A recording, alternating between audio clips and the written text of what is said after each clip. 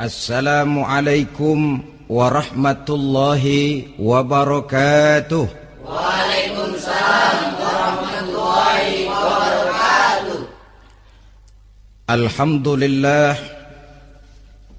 wassalatu wassalamu ala sayyidina Rasulillah sayyidina wa maulana Muhammad ibn Abdullah wa ala alihi wa sahbihi wa mawalah. La haula wa la quwwata illa billah, amma ba'du. Bapak-bapak, ibu-ibu, saudara-saudara kaum muslimin rahimakumullah. Sudah menjadi keyakinan dalam kehidupan kita bahwa segala yang ada permulaannya tentu akan ada penghabisannya. Setiap yang punya awal mesti akan punya akhir. Tidak ada keabadian dalam kehidupan dunia ini. Semuanya datang dan pergi silih berganti, berubah oleh pergeseran masa dan pertukaran waktu. Demikianlah kalau kita mau merenungi kehidupan dari alam di sekitar kita.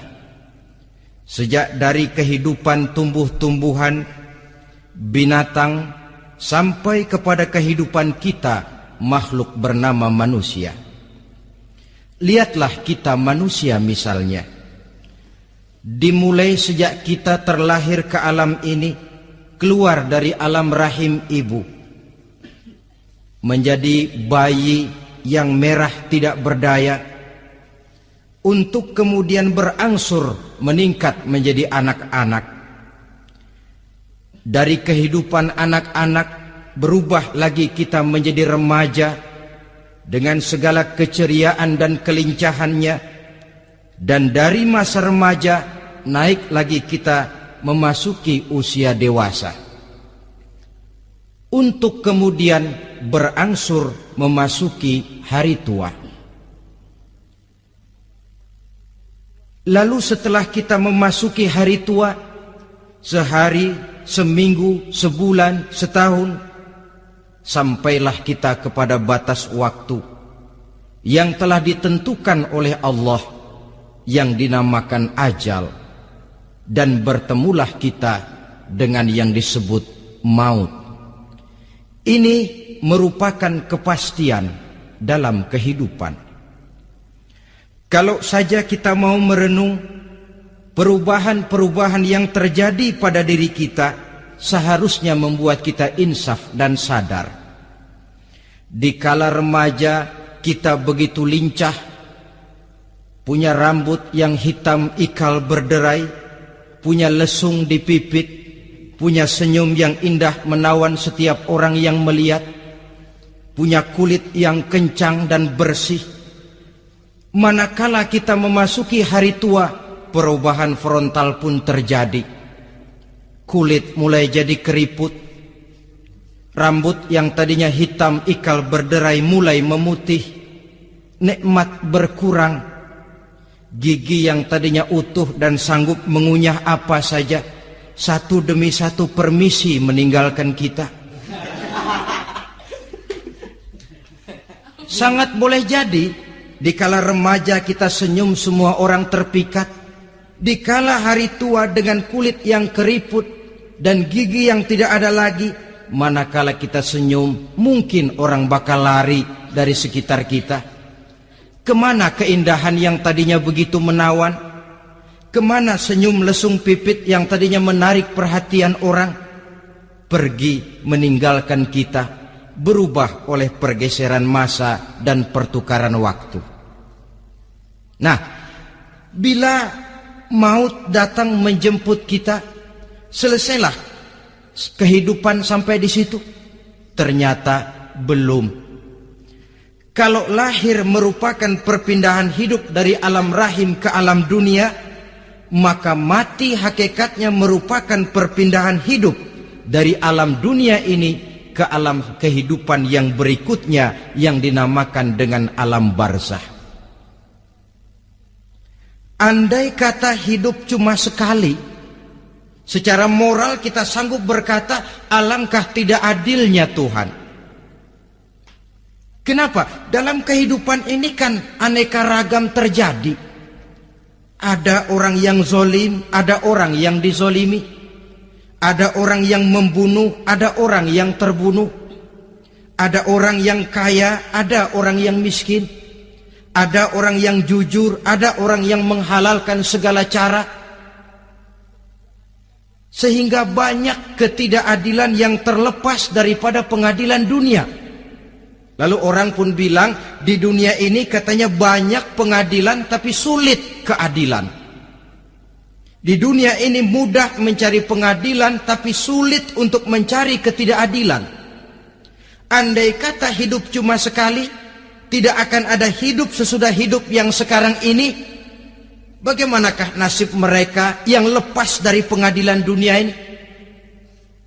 Alangkah tidak adilnya Allah, andai kata tidak ada kehidupan sesudah hidup yang sekarang. Tentulah akan terjadi di mana orang menghalalkan segala macam cara untuk mencapai tujuan. Yang penting kan saya kaya, yang penting kan saya punya jabatan dan kedudukan tinggi. Kalau perlu jilat atas, jilat atas. Kalau perlu sikut kiri kanan, sikut kiri kanan. Kalau perlu injak bawah, injak yang bawah. Ini prinsip daripada orang-orang komunis, dan pantas karena mereka tidak percaya kepada kiamat. Pantas karena mereka tidak percaya akan adanya kehidupan sesudah hidup yang sekarang ini.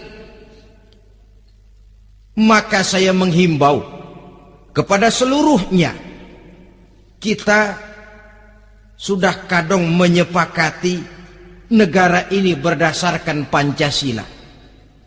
Kita sudah kadung konsensus bahwa PKI dengan seluruh ajarannya tidak punya hak hidup di bumi Pancasila yang kita cintai ini. Maka salah satu ajaran PKI tujuan menghalalkan cara. Kita orang Indonesia yang berbudi pekerti luhur, yang punya nilai budaya tinggi, janganlah sampai mencaci PKI, membubarkan PKI, mengutukkan PKI, tapi dalam kehidupan sehari-hari prakteknya prinsip komunis kita pakai. Apa itu? Tujuan menghalalkan cara. Asal sudah tujuan tercapai, cara apapun saja halal. Itu pandangan hidup orang yang tidak percaya kepada adanya hari akhirat. Sebagai muslim yang yakin akhirat ada, kiamat pasti akan datang. Hidup tidak cuma sekali. Maka kalau kita zalim, kalau kita berbuat aniaya, kalau kita melakukan korupsi, kalau kita merugikan orang lain, boleh jadi kita terlepas daripada pengadilan dunia. Tapi ingatlah, kita tidak akan pernah lepas dari pengadilan Allah.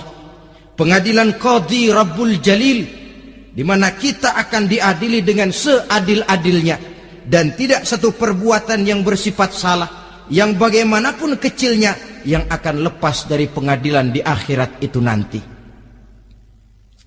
Pantas saja kalau satu hari malaikat Jibril datang menasehati Rasulullah sallallahu alaihi wasallam, yang artinya juga menasehati kita semua.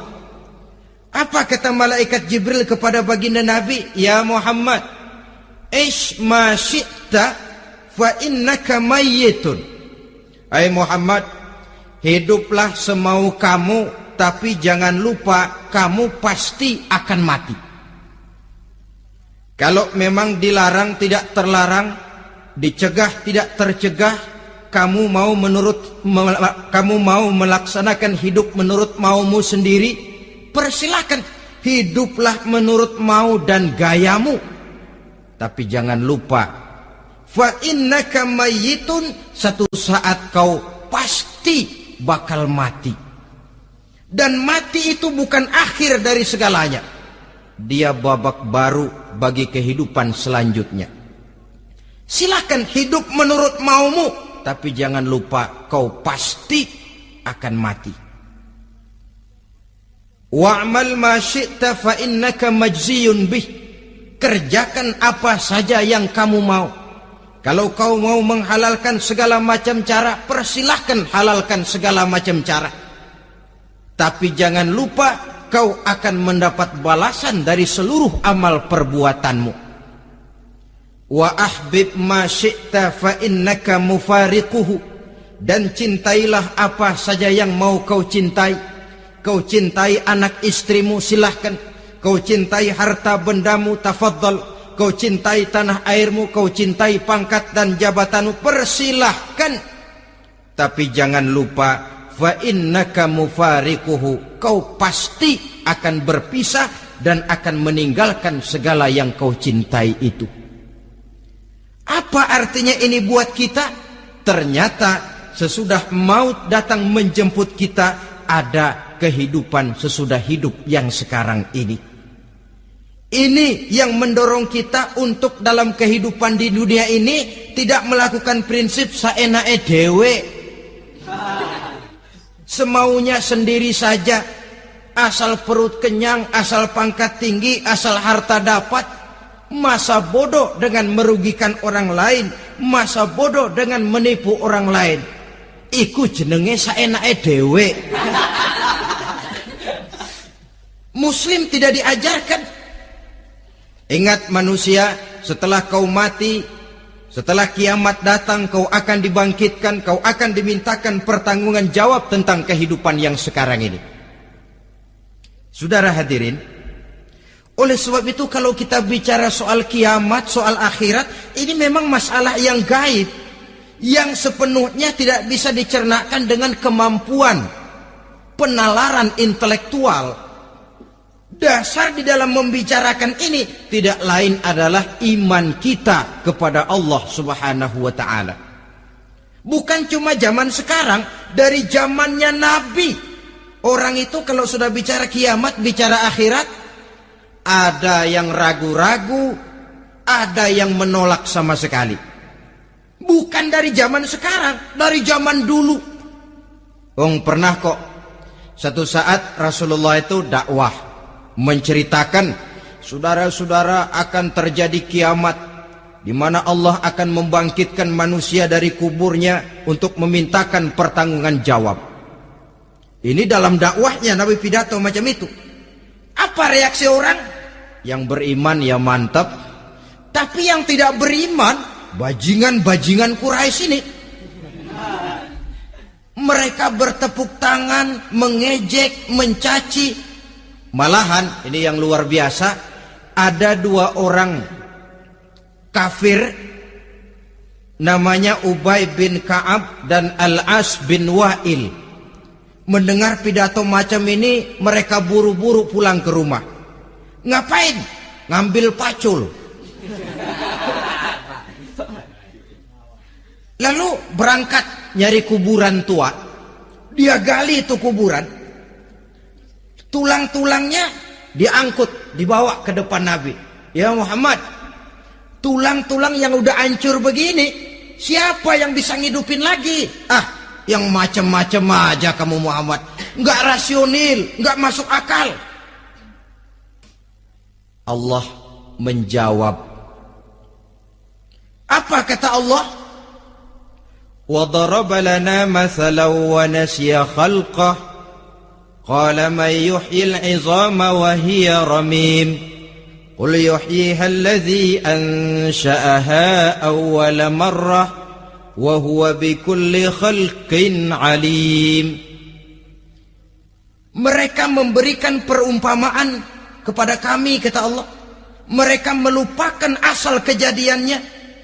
Mereka bertanya, siapa yang sanggup menghidupkan tulang belulang yang sudah hancur kayak begini? Qul yuhyiha alladhi ansha'aha awwala marrah. Katakan kepada mereka Muhammad, yang akan menghidupkannya adalah Dia yang telah menciptakannya pertama kali dulu. Kalau Dia sanggup menciptakan, Dia tentu lebih sanggup lagi untuk mengembalikan reproduksi ciptaan itu sebagaimana semula. Yang paling kasihan yang ragu-ragu.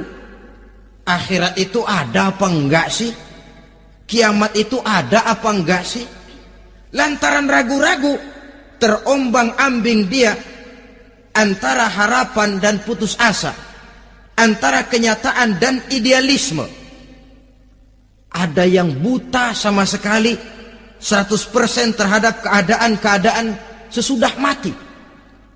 Perhatian mereka hanya tercurah kepada kehidupan sebelum mati. Yang mereka perhatikan siang dan malam tidak lebih daripada urusan perut.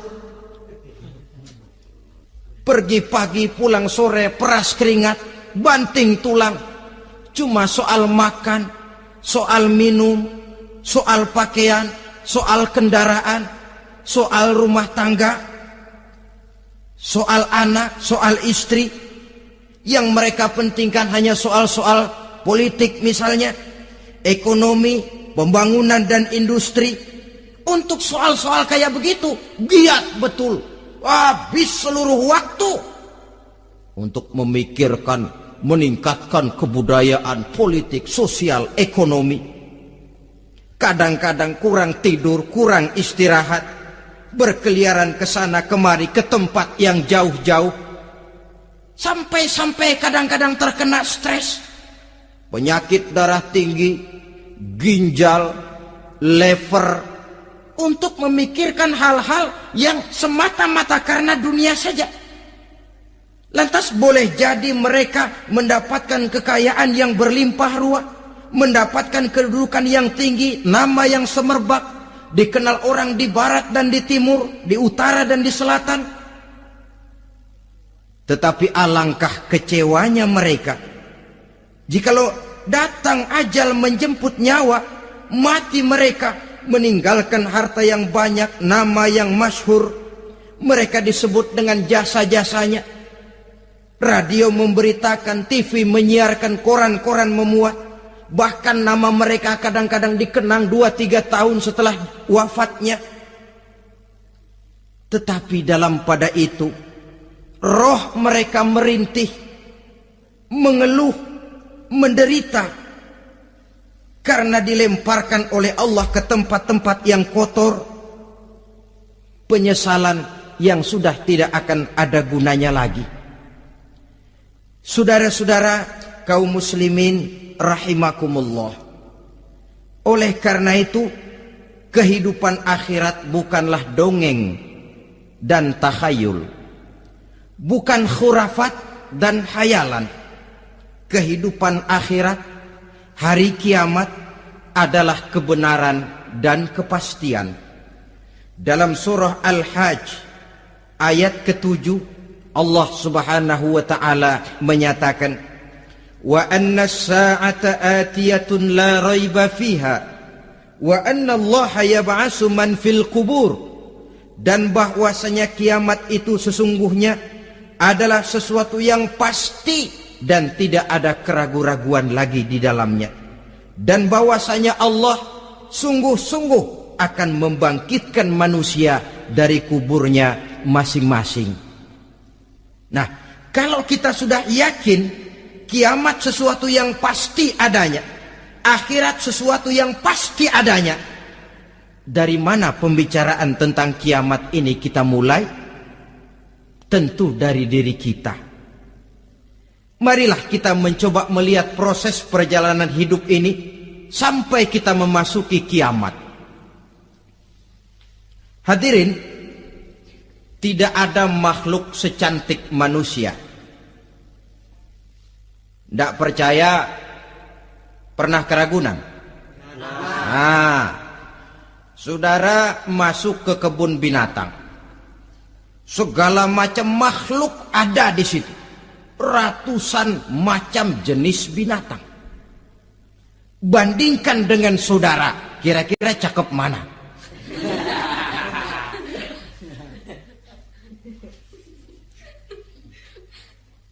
Dari seluruh makhluk yang diciptakan Allah itu, manusia fi ahsani taqwim, dalam bentuk yang paling sempurna, sejak susunan biologis sampai kemampuan berpikir. Biologis kita, ya Allah, diciptakan kita begini rupa. Diberikan 2 kaki untuk berjalan, 2 tangan untuk bekerja, diberikan 2 mata, dua-duanya di depan. Pernah saudara mikir kalau mata kita yang satu di depan, yang satu di belakang? Rasanya nggak laku kacamata itu.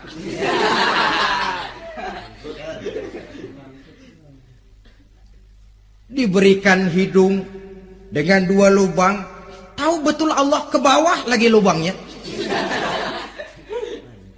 Coba pikir kalau lubang hidung kita menghadap ke atas. Aduh, kalau musim hujan repot jagain hidung. Laqad khalaqnal insana fi ahsani taqwim. Sungguh telah kami ciptakan manusia dalam bentuk kejadian yang paling sempurna ketimbang makhluk-makhluk Allah lainnya. Nah, kesempurnaan manusia ini oleh karena hidupnya terdiri dari 2 unsur pokok. Pertama unsur jasmani dan kedua unsur rohani. Jasad dan roh. Jasad yang terlihat sekarang ini, potongan saudara yang ngejedok di depan saya ini jasad saudara. Ini yang berasal dari saripati makanan yang dimakan oleh bapak ibu kita. Lalu hasil kerjasama yang baik antara ibu dengan bapak,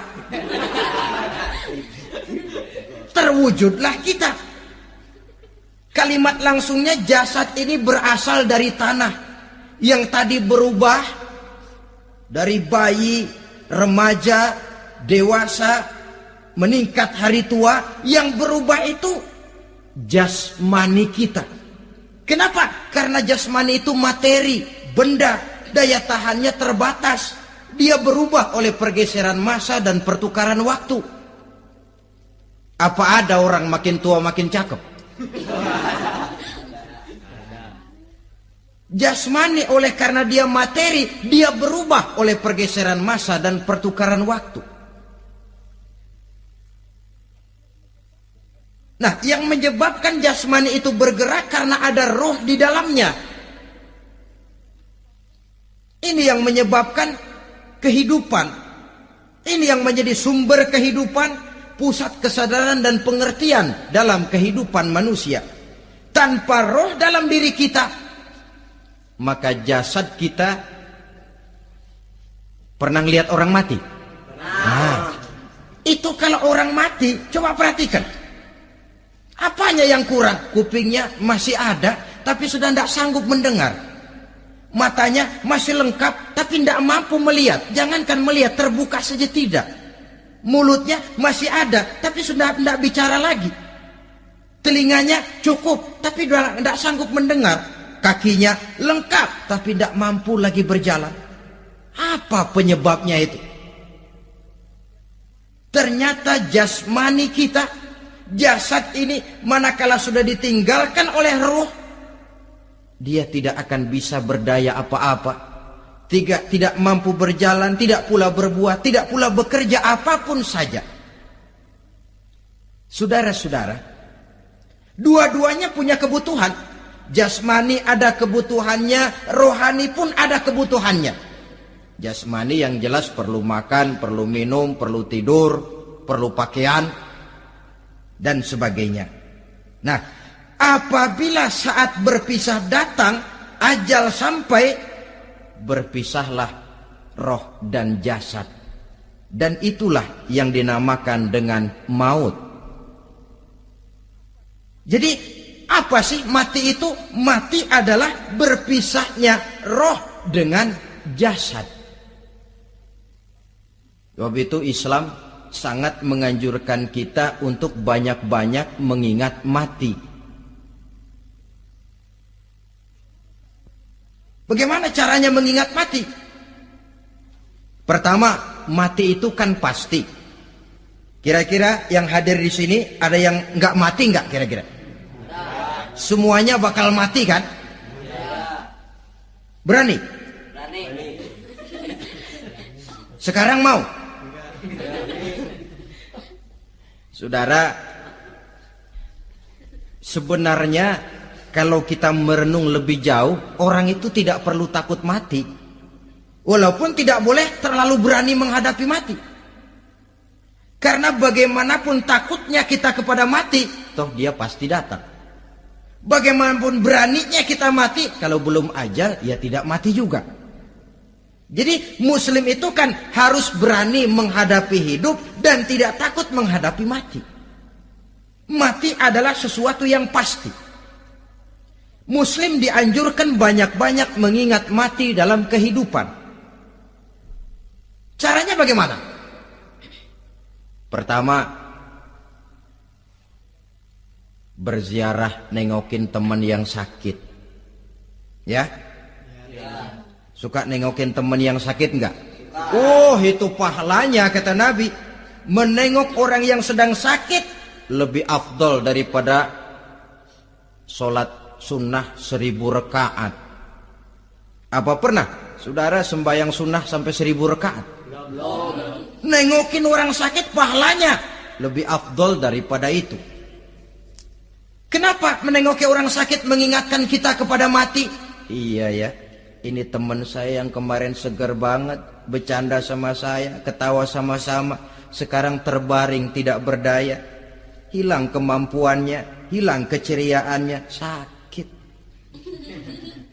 Iya kalau sembuh, kalau ajar. Iya sekarang giliran dia, kalau jatuh ke saya. Lalu menghibur teman dengan kata-kata yang enak, yang akan mendatangkan sugesti supaya dia cepat sembuh. Jangan nengokin orang sakit, jujur. Sakit apa lo? Perut. Emang teman gua kemarin sakit begini mati. Wah, itu orang bisa jadi shock. Lantaran etika kita tidak akan sampai ke sana. Menjenguk orang sakit akan mengingatkan kita kepada mati. Apalagi ziarah kubur. Ada yang orang tuanya sudah meninggal?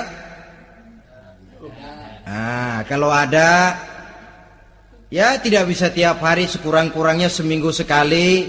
Jumat pagi misalnya, ziarah kita ke kubur. Sehingga kalau kita masuk kubur kan ada etikanya. Assalamualaikum ya ahlal kubur wa inna insyaallahu bikum lahikun. Hai penduduk kubur, keselamatan bagi kamu dan kami yang masih hidup sekarang ini insyaallah pasti bakal nyusul kamu. Iya, yang kemarin gagah benar sekarang terbaring tanpa daya. Ini unggukan kuburannya. Yang kemarin ada sekarang sudah tidak ada. Kemana dia? Kami satu saat pasti akan begini. Ingat mati.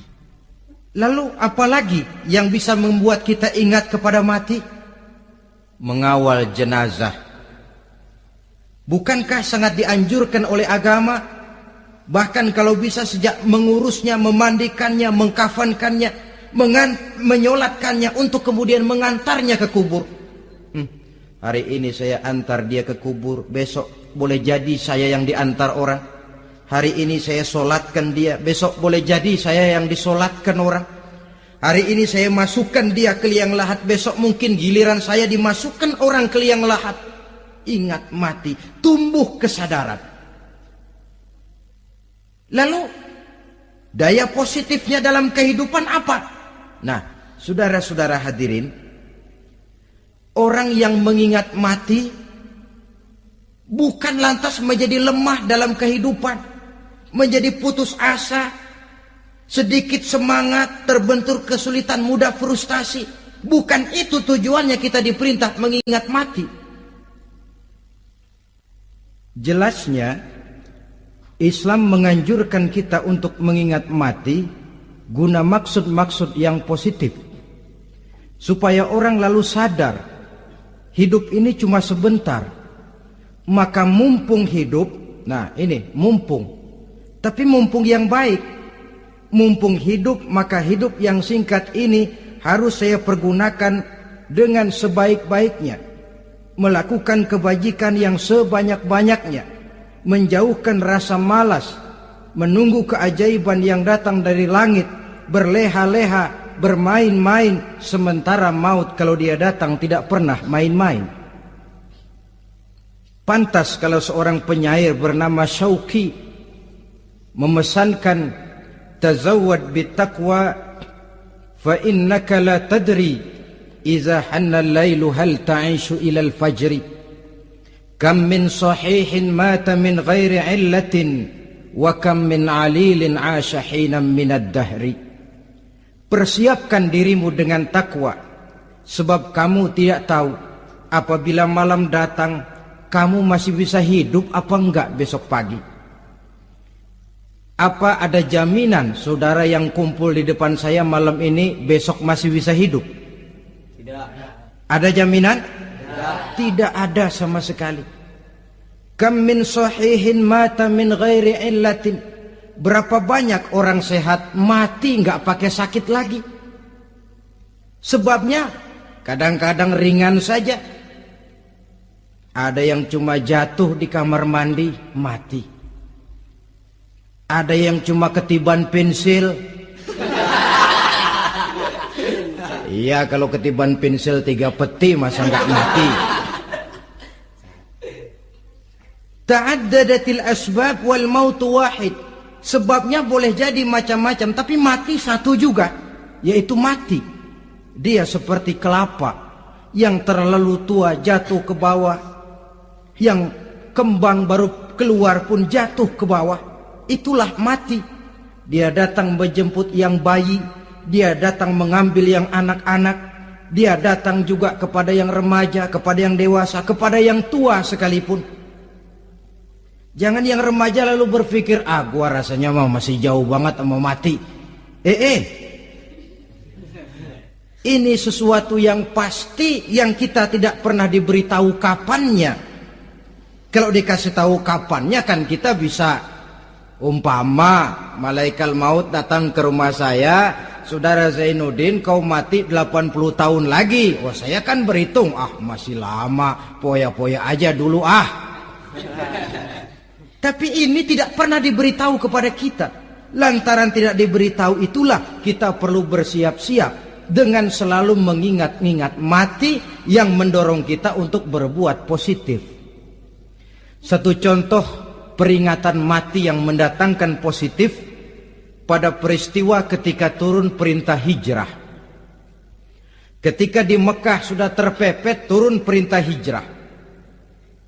Ini sahabat yang berangkat hijrah, jangan dikira semua bulat hati. Ada yang mikir, kalau saya hijrah berangkat dari Mekah ke Madinah, nanti di tengah jalan dicegat oleh kafir Quraisy lalu dibunuh, mati saya. Takut mati. Allah peringatkan, kullu nafsin za'iqatul maut. Kamu disuruh hijrah saja takut mati, padahal kamu tahu semua yang hidup bakalan mati.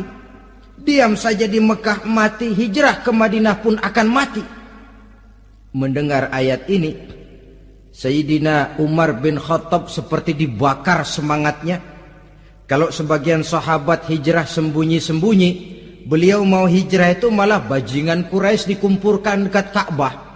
Pidato, ya ma'syarah Quraisy, dedengkot Quraisy, dengerin. Besok pagi yang namanya Umar bin Khattab mau hijrah dari Mekah ke Madinah.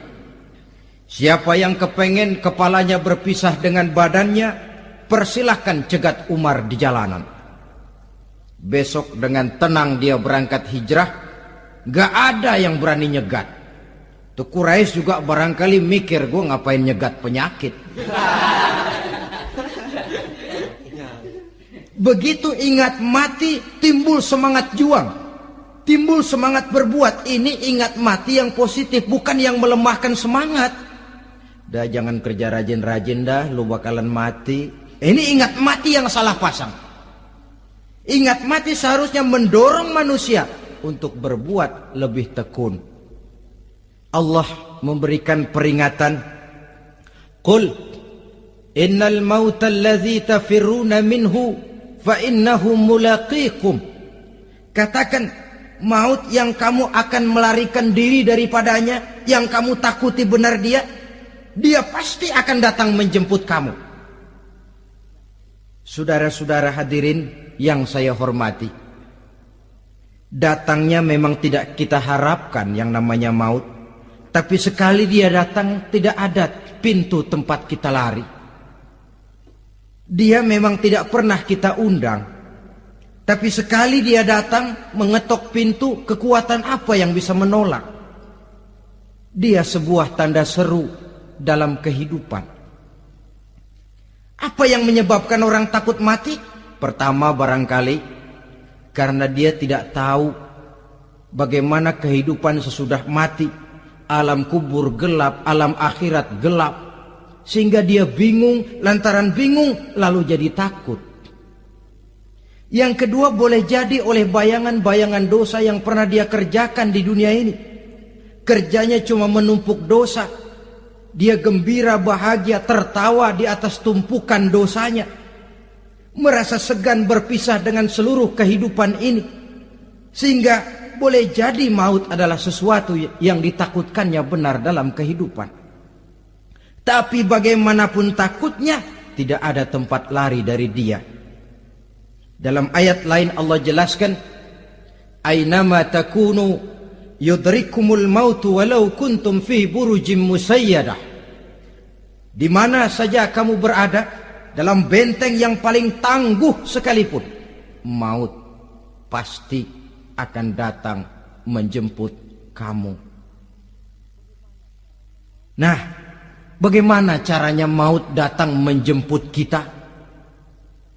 Bila datang dia, sang malaikat pencabut nyawa, malaikat Israel namanya, hendak mengambil roh kita. Dalam suasana macam begitu, di akhir kehidupan dunia, dalam berhadapan dengan sakaratul maut, terbagilah manusia dalam dua bagian besar. Pertama, yang menghadapi sakaratul maut itu dengan husnul khatimah, baik di akhirnya, sehingga pada saat ruhnya berpisah dengan jasadnya, kelihatan dia seperti senyum, mukanya cerah. Bahkan sebelum itu boleh jadi dia sempat meninggalkan pesan-pesan yang baik. Ada yang sempat azan, ada yang sempat baca Quran. Pernah kan nemui orang yang mau mati seperti itu? Yang sempat azan, yang sempat baca Quran, yang sempat meninggalkan wasiat-wasiat yang baik. Sebab apa? Malaikat maut datang menjemput mereka juga dengan baik-baik. Dicabut ruhnya perlahan-lahan, tapi sungguh pun perlahan-lahan. Pedihnya, sakitnya tetap tiada tara. Rasulullah Sallallahu Alaihi Wasallam, dikala beliau hendak berhadapan dengan sakaratul maut, diceritakan mencelupkan tangannya ke dalam gelas berisi air, lalu mengusapkannya ke muka beliau seraya berdoa, Ya Allah, mudahkan saya dalam menghadapi sekarat ini. Beliau juga yang mengatakan bahwa sakitnya sakaratul maut sama dengan 300 kali bacokan pedang. Sehingga kita diajarkan doa, di antara doa selamat itu kan ada Allahumma hawwin alaina fi sakaratil. Ya Allah, mudahkan saya di dalam menghadapi sakaratul maut itu. Ketika ruh ini keluar dari jasad, mata masih mengikuti ruh itu. Sehingga kadang-kadang ada yang matanya terbelalak dan tidak sempat ditutup, terbuka terus, mengikuti ruh itu keluar dari jasadnya. Adapun golongan kedua, manusia yang ketika berhadapan dengan sakaratul maut mendapatkan su'ul khatimah, jelek di penghabisannya. Sekaratnya sudah setengah mati, lalu jelek juga di akhirnya, mati dalam keadaan yang tidak baik, tidak terpuji. Ada yang lagi megang kartu, mati. Ada yang lagi di tempat ngadu ayam, mati. Ada yang lagi di tempat pelacuran, mati. Ada yang lagi megang botol minuman keras, mati. Nih barangkali malaikat maut gemes banget nariknya, lu bajingan, lu tarik terus ya, mati su'ul khatimah. Makanya bagus itu. Kadang-kadang di majelis-majelis taklim kan sering dibaca, ya Allah biha, ya Allah biha, ya Allah bihusnil khatimah. Kan ada itu? Ada enggak? Saudara hadirin, mohon agar oleh Allah kita diberikan husnul khatimah, baik di saat ruh akan berpisah dengan jasad. Ini sesuatu yang pasti. Sang malaikat maut datang menjemput nyawa. Setelah ruh berpisah dari badan, maka tinggallah sang badan, ditangisi oleh semua yang kita tinggalkan. Sehingga kepada putrinya Fatimah, ketika malaikat maut datang hendak menjemput baginda Nabi, beliau berkata kepada anaknya, Fatimah, kamu tahu siapa yang datang? Saya tidak tahu, Bapak. Yang datang hadimul lazat. Itu dia yang menghancurkan seluruh kesenangan dunia. Wa qati'us syahwat, yang memisahkan kita dengan seluruh yang kita cintai. Dia malaikat maut, Pak. Manakala jasad sudah ditinggalkan oleh ruh, itulah yang dikerubungi orang. Anak menangis, istri menangis, orang tua bersedih, teman-teman merasa kehilangan, menangisi jasad. Diuruslah jasad kita, dimandikan sebagaimana mestinya, dikafankan dengan kain putih 3 lembar, itu yang hendak kita bawa kembali ke tempat asal kita. Pakaian sutra, jas yang mereknya Switzerland wool, kain yang Samarinda, sepatu yang Belly atau Beltoni, jam tangan yang Rolex, kendaraan yang serba mewah, tidak ada yang menyertai kita. Kain putih 3 lembar itu saja lagi. Demi setelah dikafankan, dibujurkan kita menghadap ke arah kiblat, orang banyak pun datang menyolatkan kita dengan 4 takbir, diiringi dengan doa, lalu upacara pelepasan, berangkat kita meninggalkan anak, istri, suami, kampung halaman, tanah air, bahkan alam dunia ini. Selamat tinggal alam dan seluruh isinya. Tinggallah yang tinggal.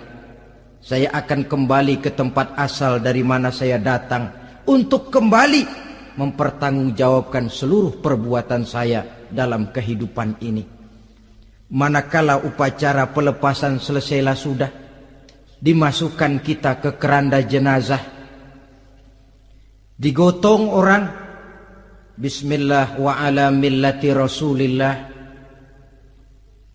dibawa ke tempat peristirahatan terakhir katanya. Padahal dulu kalau mau kita istirahat, ke villa lah kita, ke Bali lah kita, ke Hong Kong lah kita, ke tempat-tempat tamasya yang indah. Oh, rupanya akan sampai juga perjalanan menuju tempat peristirahatan terakhir, yang luasnya tidak akan lebih dari 2 kali 1 meter. Diusung orang kita, diantarkan orang banyak. Manakala sampai ke atas liang lahat, pengusung jenazah dibuka, diturunkan kita ke liang lahat, dibaringkan. Gumpalan tanah akan jadi bantal kita. Muka dibuka, dihadapkan ke arah kiblat. Setelah itu ditutup liang lahat kita dengan kayu. Masih belum kurang, diuruk dengan tanah. Yang menguruk orang-orang yang tadinya mencintai kita, menyayangi kita. Tapi ketika jasad sudah ditinggalkan ruh, habis rupanya cintanya. Coba jasad kalau sudah ditinggalkan ruh, 3 hari aja di rumah, serem. Ya mayit, siapa yang betah nemenin mayit?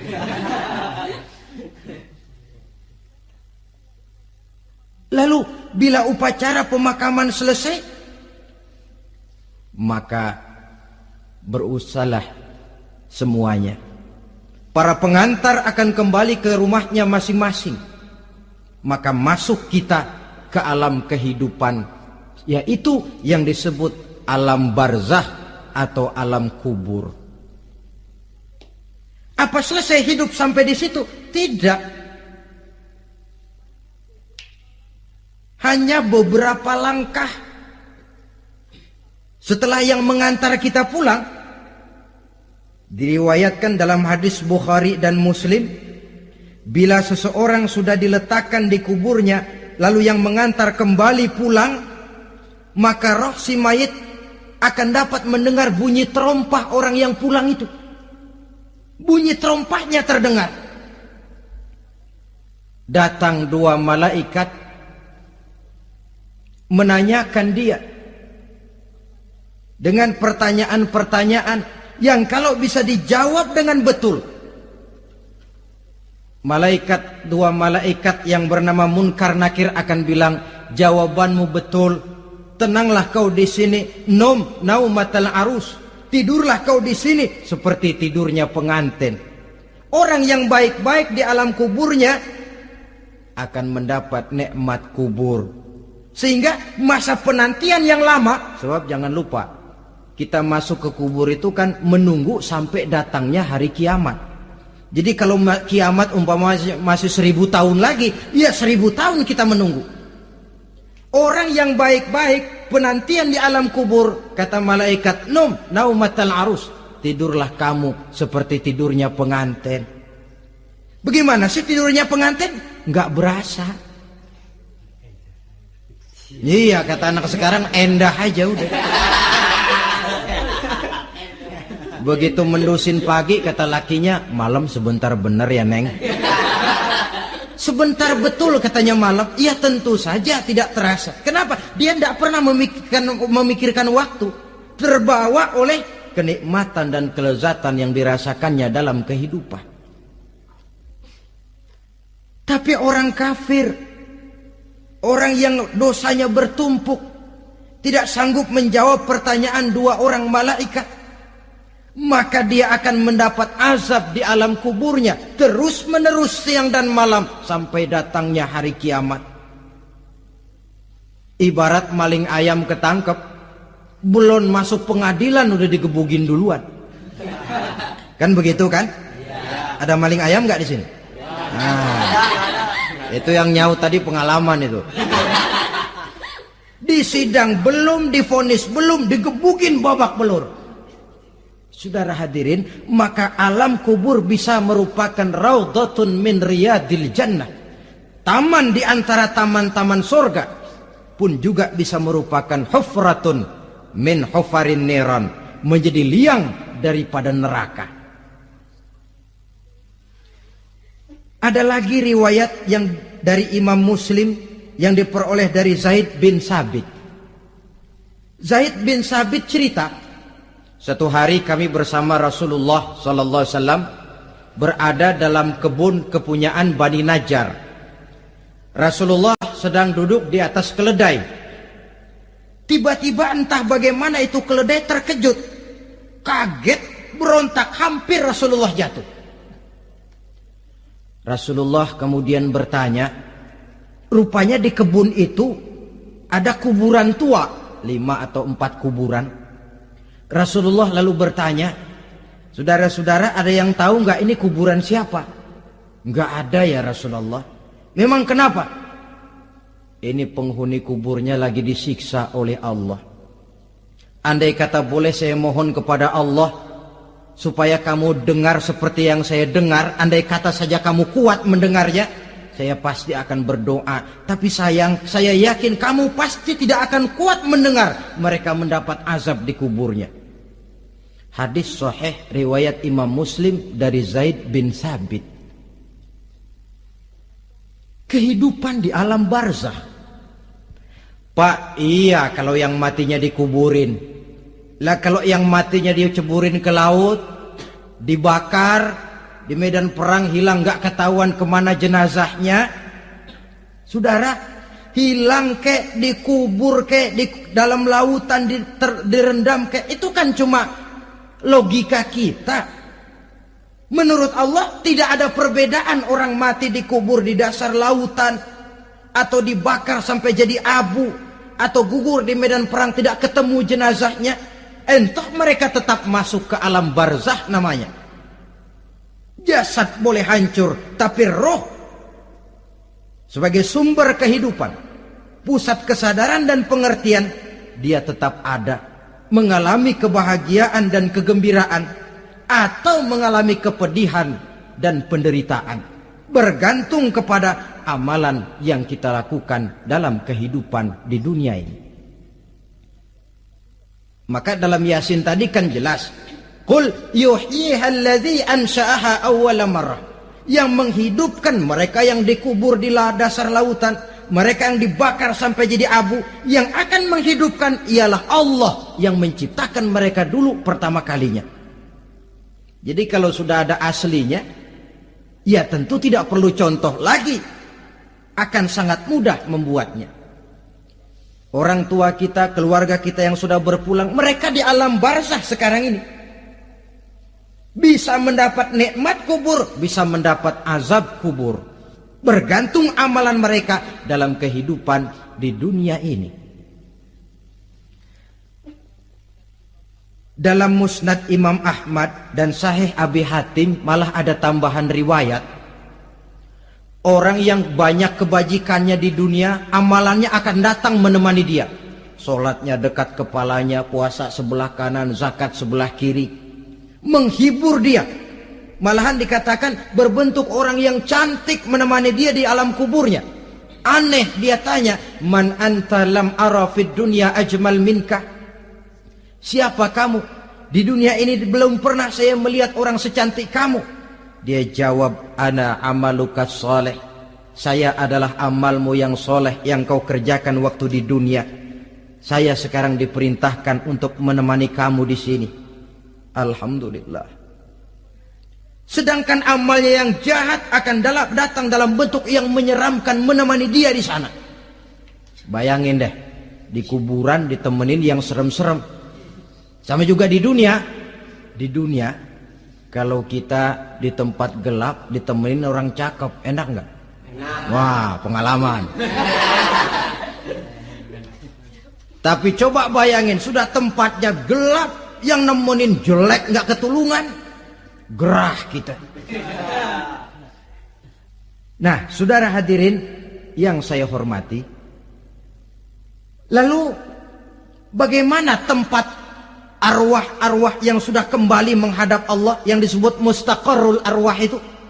Macam-macam tingkatannya sesuai dengan profesi dan amalannya waktu di dunia.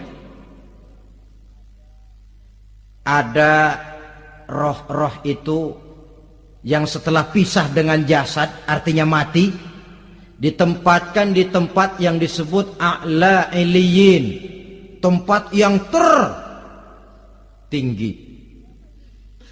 Siapa ini? Arwahnya para nabi dan para rasul. Ini fi a'la iliyin, di tempat yang tertinggi. Arwahnya para nabi, arwahnya para rasul. Dan karena kita bukan nabi, bukan rasul, ya jangan mimpi dapat tempat fi a'la iliyin, kecuali kalau Allah menghendaki. Itu hak prerogatif Allah, tapi kan tidak adil kalau Allah melakukan itu. Ini kelompok roh-roh yang masuk golongan VIP. Wah, the first class. Para nabi, para rasul. Lalu ada pula roh-roh itu yang setelah pisah dengan jasadnya diumpamakan seperti burung-burung hijau yang berterbangan di perkebun-kebunan surga. Roh siapa mereka ini? Rohnya para syuhada, orang-orang yang mati syahid gugur membela agama. Nah, ini bedanya orang mati syahid dengan pahlawan, ya. Apa bedanya syuhada dengan pahlawan? Kalau syuhada, orang yang gugur membela agama, niatnya karena Allah, mati syahid. Kalau pahlawan, orang yang gugur membela negara, orang yang dianggap berjasa kepada pemerintah.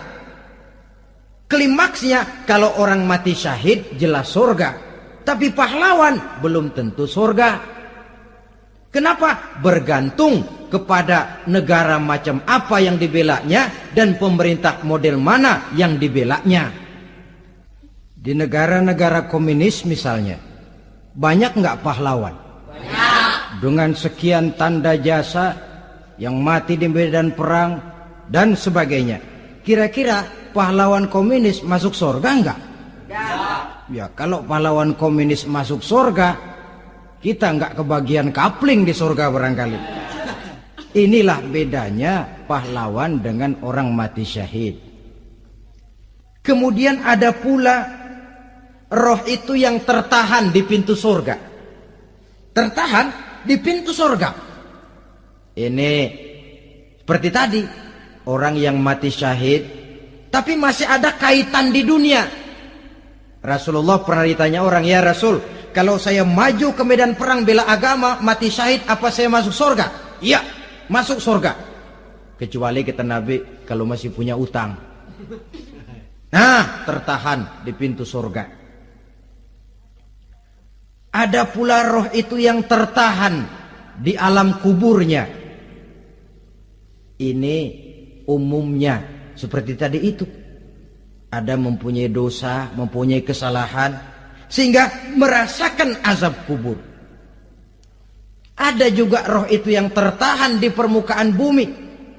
Mereka yang dalam hidup selalu menumpuk dosa-dosa yang besar, meninggal sebelum keburu untuk bertaubat. Saudara hadirin yang saya hormati, inilah yang kita khawatirkan. Sebab jikalau pada saat roh sudah datang, jikalau saatnya roh datang berpisah dengan jasad, menemukan sakaratul maut, saat itu taubat sudah tidak akan ada gunanya lagi. Masuk ke alam kubur, mendapat azab kubur sampai datangnya hari kiamat. Berapa lama di alam kubur ini? Menunggulah kita sampai datang saatnya kiamat. Nah, saudara-saudara, apa tanda-tanda hari kiamat? Kapan dia akan datang? Bagaimana hal ihwal manusia pada saat terjadi kiamat? Bagaimana alam ini? Bagaimana perhitungan di padang mahsyar? Insya Allah akan saya ungkapkan pada bagian kedua dari ceramah ini.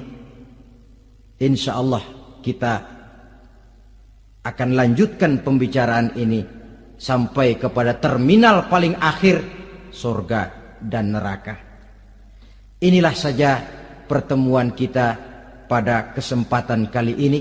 Terima kasih banyak atas segala perhatian. Mohon maaf atas segala kekurangan. Wabillahi taufiq wal hidayah. Wassalamualaikum warahmatullahi wabarakatuh. Waalaikumsalam.